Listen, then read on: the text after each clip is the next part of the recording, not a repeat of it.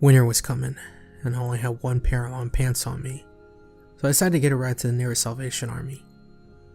I was short on funds at the time, and I didn't have a lot of money on me, which is why it was either this or nothing. When I got there, I lucked out. I was able to find a few pairs of my size. I even had plenty of money left over. I looked through a whole bunch of games and found Fairly OddParents, breaking the rules for the PS2. I always liked this show and decided to take a gamble to see if this was going to be a decent made license game. It was only $3 anyway. I made the purchase and got home. When I opened up the case of the game, I was disappointed. The game wasn't inside of the case, but instead a DVD of the actual show was. On the disc was a picture of Timmy Turner as an adult from the episode The Big Problem, where Timmy is sick being a kid and wishes to get older. The person who had donated this probably made a mistake and switched up the game with the show. The disc was probably from the first season DVD box set. Being bored and having nothing to do, I put the disc in my DVD player and played it. My theory was wrong about it being from a season box set because there were only 3 episodes on the thing. The episodes were Superbike, Deja Vu, and They're Gone.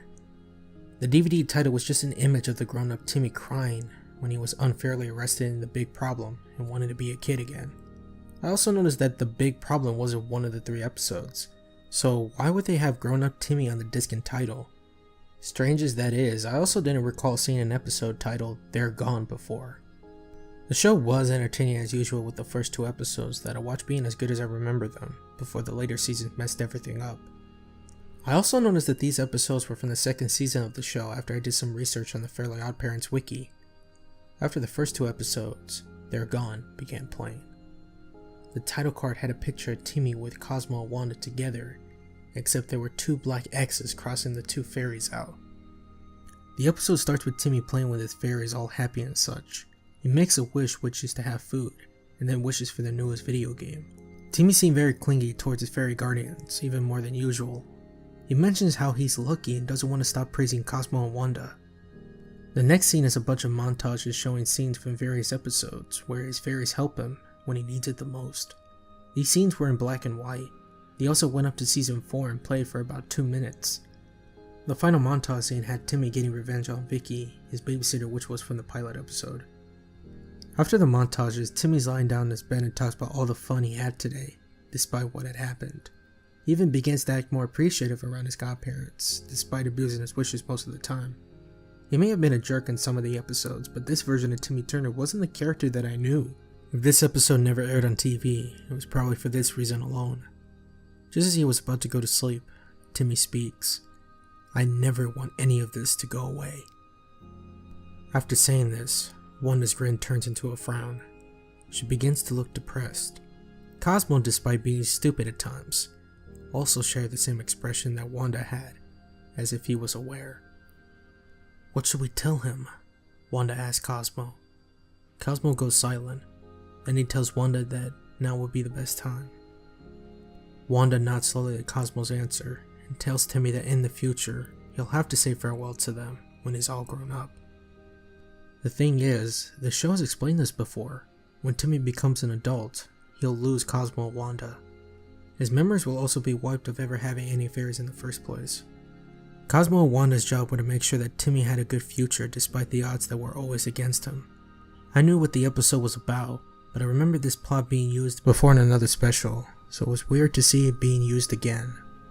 After Wanda tells Timmy all of this, Timmy gets depressed, which is understandable considering that good things don't last forever. He then goes into a flashback where he remembers himself wishing to be an adult. This was strange considering that continuity from another episode was rare in this show.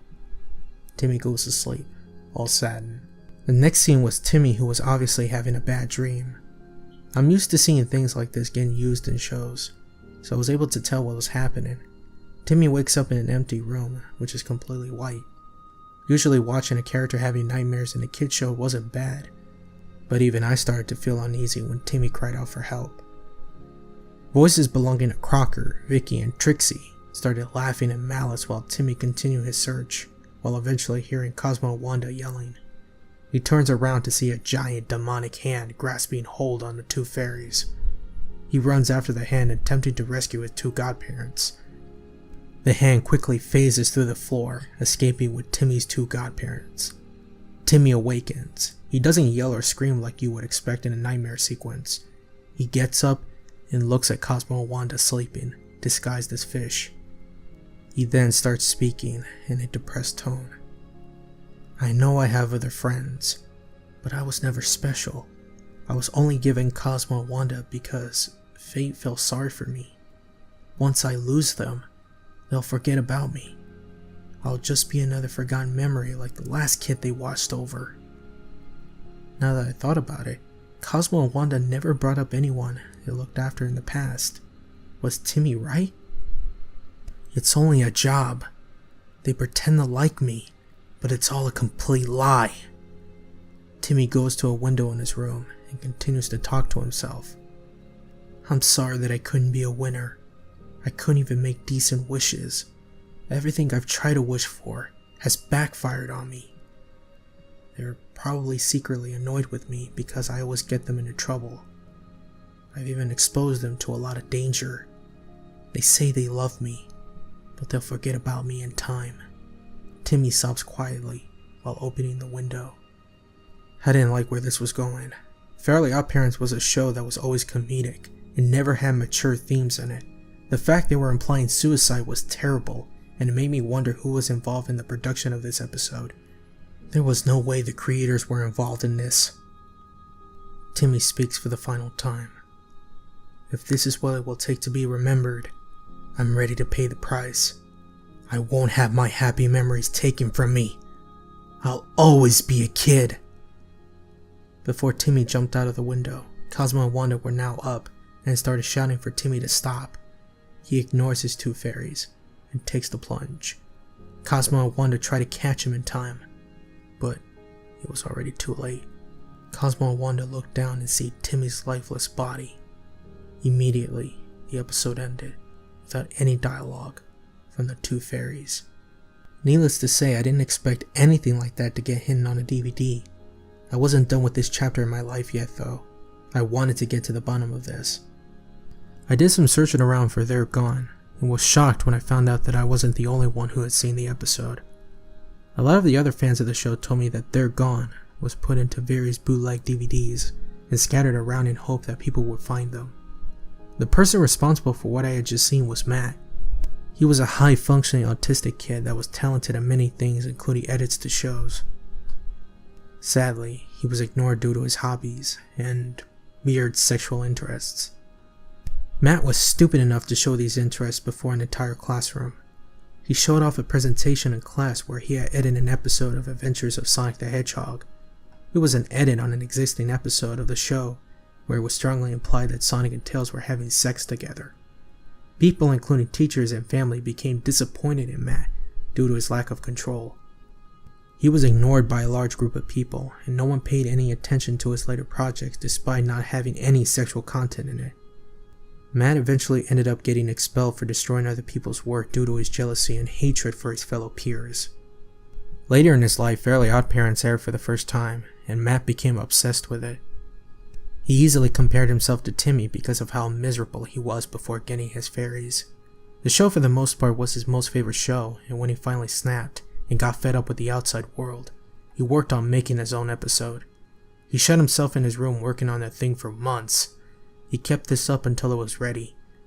He made a bunch of bootleg DVDs with the episode in it, and started to mail them out to random places, even donating some of them to charities and the likes. When he finally distributed all the DVDs, he took his own life, like Timmy had in the show. There is a theory that Matt was in the shoes of Timmy in that episode, and that if he was in his shoes, he wouldn't be able to handle growing up and moving on from his own past. He couldn't get past reality. I took the disc back to the place I had gotten it from. I knew I wasn't going to get my money back, but I had already seen the episode and now it was time to pass it over to someone else. I only hope that a younger kid doesn't get his hands on it.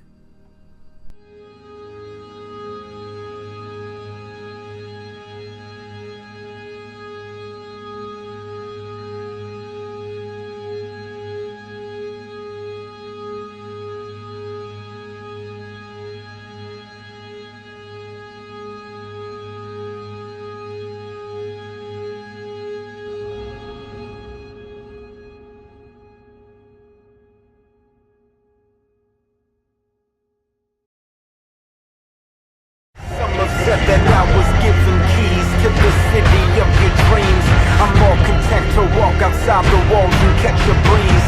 I'm more inclined to climb on bio ride internal seas. I'm more alive to vibe inside a mansion full of trees. I do this for a reason that they can't pretend to glean. I lose myself infused inside